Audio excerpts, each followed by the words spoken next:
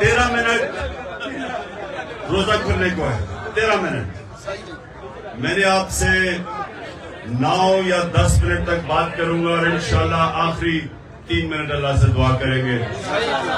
आप सबको इस चीज का इल्म होना चाहिए कि अल्लाह रोजे से पहले, खोलने से पहले हमारी दुआ की कबूलियत सबसे ज्यादा होती है, इसलिए हम दुआ करेंगे। अच्छा, आप सुने, पहले तो नजम आपकी जो आपने नात पढ़ी, आपका हम सब शुक्रिया अदा करते हैं। दूसरी चीज, मैंने बात करने से पहले मुझे जरा बताते जाए कि किधर किधर से हमारे लोग हैं।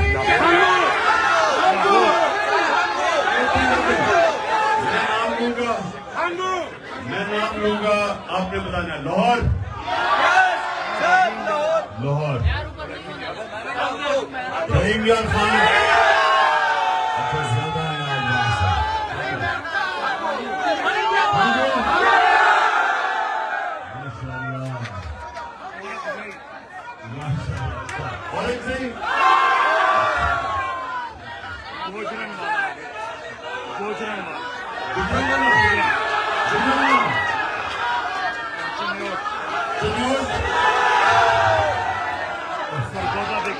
सरगोदा है, सरगोदा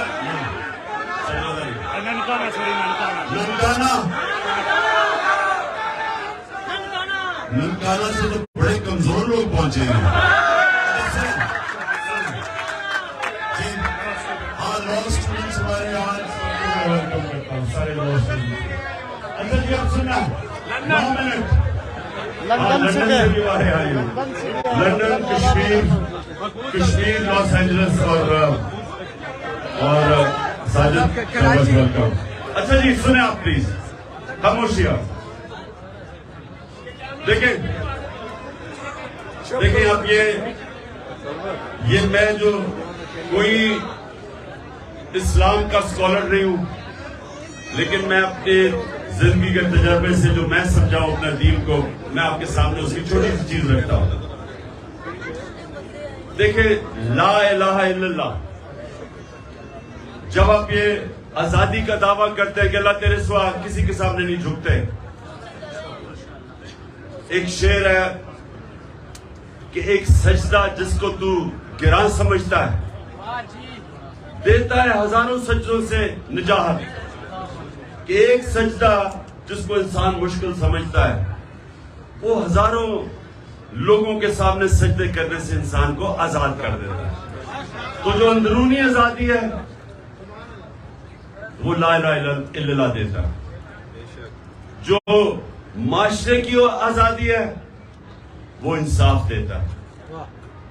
और जब एक इंसान अंदर से भी आजाद हो जाए और उसको इंसाफ माशरे को भी आजाद कर दे, तो वो फिर वो इनकलाब आता है जो मदीना की रियासत में मेरे नबी सल्लल्लाहु अलैहि वसल्लम लेके आए।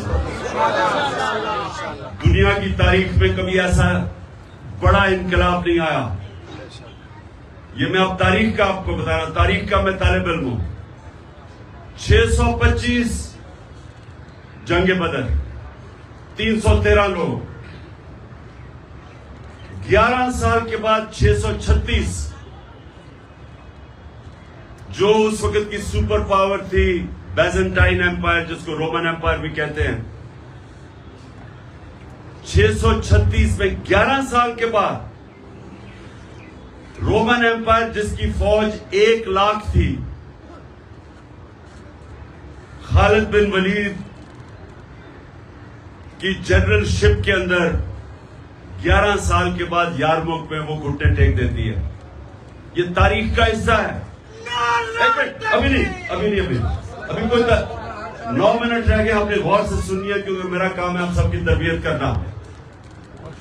सो ये तारीख का हिस्सा है कि ये जो मैं आपको ला इलाहा इल्लल्लाह की पावर बता रहा हूं, जो हम सारा वक्त कलमा पढ़ते और समझते नहीं है, क्योंकि हम आजाद ही नहीं होते कलमा पढ़ के। इसका मतलब कलमा अंदर नहीं हमारे गया। ये तारीख का हिस्सा है कि 313 थे सिर्फ जंग बदर में, और 11 साल के बाद 636 रोमन एम्पायर कुदसिया के अंदर खालिद बिन वलीद की लीडरशिप के अंदर जंग हार जाता है। 1 लाख उनकी फौज थी, और उससे अगले साल जो दूसरी सुपर पावर थी वो कुदसिया में 637 में जंग हार जाती है। 2 सुपर पावर्स 12 साल के अंदर मुसलमानों के सामने घुटने टेक देती है। ये है पावर ला इलाहा इल्लल्लाह। क्योंकि वो जो अरब जिनकी कोई हैसियत नहीं थी, उनको नबी सल्लल्लाहु अलैहि वसल्लम जो दुनिया की तारीख के सबसे अजीम लीडर, ना कोई आया ना आ सकता है, उन्होंने उन लोगों को आजाद किया, माशरे को आजाद किया अदल और इंसाफ देके। जब इंसाफ होता है तो इंसान बराबर हो जाते हैं। यानी जब एक कमजोर आदमी को इंसाफ का निजाम उसकी हिफाजत करता है ताकतवर के मुकाबले में, वो आजाद हो जाता है। और आजाद लोग ही अपनी आजादी के लिए खड़े होते हैं। गुलाम लोग आजादी की जंग नहीं लड़ते। जो अफगानिस्तान और ये जो ऊपर हमारा कबायली इलाका, ये सारा जो इलाका था, जो भी फतह करने आता था हिंदुस्तान, वो जब अफगानिस्तान से निकलता था और ये जो हमारा कबायली इलाके से निकलता था, जिधर आप या हंगू वगैरह के लोग बैठे हुए, खैबर, इधर से जब निकलता था तो वो सीधा जाता था दिल्ली पानीपत में। एक जंग होती थी, बीच में कोई लड़ता नहीं था, उनको कोई रोकता नहीं था, और जो जंग जीतता था उसका वो हुक्मरान बन जाता था। और अफगानिस्तान 3 सुपर पावर्स उसको फतह नहीं कर सकी। क्या वजह है? क्योंकि उनका जो निजाम है, उधर लोग आजाद हैं, जिसको फ्यूडल सिस्टम कहते हैं। फ्यूडल सिस्टम के ऊपर जो ताकतवर बैठा हुआ है, उसके नीचे लोग गुलामी करते हैं। तो हिंदुस्तान में क्यों नहीं कोई लड़ता था? क्योंकि वो पहले गुलाम थे। क्यों कबायली इलाके में 80 साल अंग्रेज के खिलाफ क्यों लड़ते रहे वो? क्योंकि वो आजाद लोग थे। आजाद लोग अपनी आजादी के लिए लड़ते हैं। अफगानिस्तान में क्यों किसी सुपर पावर की गुलामी नहीं कबूल की? क्योंकि लोग आजाद हैं। तो हमारा इस वक्त पाकिस्तान में जो जंग है वो आजादी की है, हकीकी आजादी की। आजादी आती है इंसाफ से। जब क्यों कबायली इलाके के अंदर और अफगानिस्तान में क्यों लोग आजाद थे? क्योंकि उनका जो जरगा सिस्टम था वो लोगों को इंसाफ देता था। जो एक जरगा, जिसको लॉ में जो जूरी सिस्टम था, जूरी सिस्टम के अंदर जूरी सिस्टम ये होता था कि ताकतवर कमजोर को सामने बैठाते थे और इंसाफ हो जाता था, लोग आजाद थे। यहां जो चौधरी था वो कानून से ऊपर, जो बेचारा नीचे, उसको इंसाफ नहीं मिलता, लोग गुलाम थे। तो ये जो हमारी अभी जंग है वो आजादी की है। हमने इंसाफ लेना है। ये जो हकीकी आजादी है, ये आजादी की जंग है, और इसके लिए सारी कौम को तैयार होना चाहिए। क्योंकि आपके सामने चोरों के टोलों को ऊपर बैठा दिया है सहूलतकारों ने, और वो हम सबको समझते हैं कि अब हम इनकी गुलामी करेंगे। और जो भी, और फिर ये मेरे घर पे हमला, पुलिस, FIR, अभी अली मीन को इन्होंने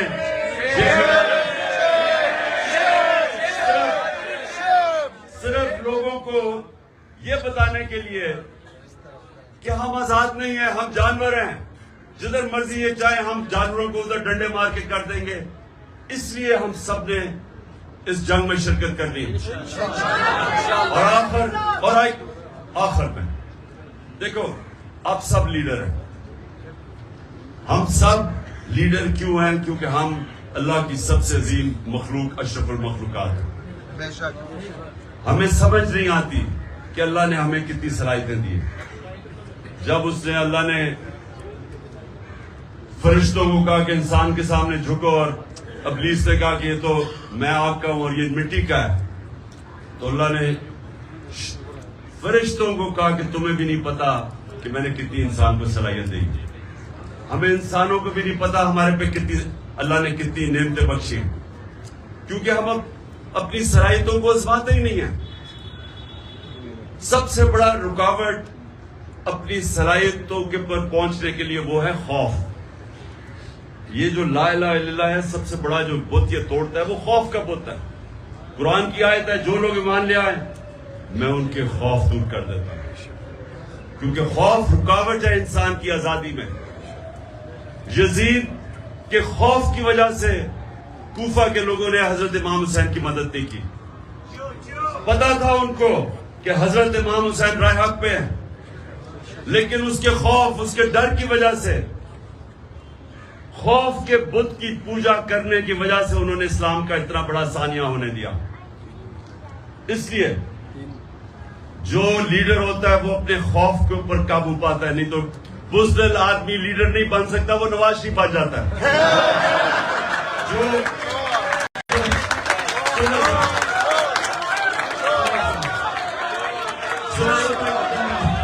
सुने, 2 मिनट रह गए, 2 मिनट रह गए, ये सुने मेरी बात। जो ला इलाहा इल्लल्लाह ना, सबसे इंपॉर्टेंट चीज वो इंसान को गैरत देता है। और गैरत इंसानों के अंदर फर्क है, एक बेगैरत होता है, एक गैरतमंद होता है। जो गैरतमंद लीडर होता है गैरतमंद है, मुसलमान ही होता है गैरतमंद। क्योंकि जब आप दावा कर देते हैं कि अल्लाह मैं किसी के सामने नहीं झुकता, या खौफ का बुत हो या पैसा हो, तो आप गैरतमंद इंसान की माशरे में इज्जत बढ़ जाती है। कभी भी अरबोपति भी हो, बेगैरतों को उसकी इज्जत नहीं करता। इसलिए सुने, तो ये याद रखना कि ला इलाहा इल्लल्लाह और गैरत एक ही चीज है। और जो आप में से लीडर बनेंगे, ये याद रखना कि खौफ के बुत को तोड़ना, और दूसरी जो सबसे इंपॉर्टेंट चीज है कि मेरे नबी सल्लल्लाहु अलैहि वसल्लम की नबूवत से पहले 2 सिफ़तें थी, सादिक और अमीन। लीडर सच्चा होता है और इंसाफ करने वाला, अमानतदार होता है। ये जो चीजें हैं ये हमें फर्क करती हैं। आप एक दुआ करनी है आप सबने हाथ खड़े करके, अल्लाह हमारे मुल्क को, सबसे मेरी जो दुआ है ना कि हमारे मुल्क को हकीकी तौर पे आजादी दे। हमारे मुल्क को, हमारे जो अवाम है, कोई भी पाकिस्तान में हमारा जो पाकिस्तानी है, जो मर्जी उस, चाहे वो मसीह बरादरी का है, चाहे वो सिख है, चाहे वो हिंदू है, जो भी है, कोई भी हमारी पाकिस्तान की जमीन पे भूखा ना सोए,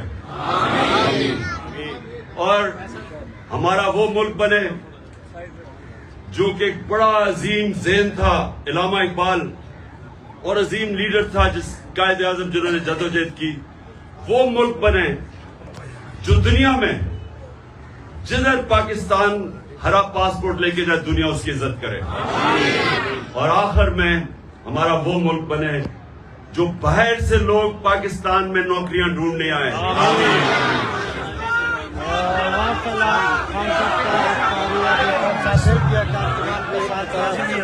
थोड़ा से केंद्र के हाथ समाज आप तारीफ कर रहे हैं।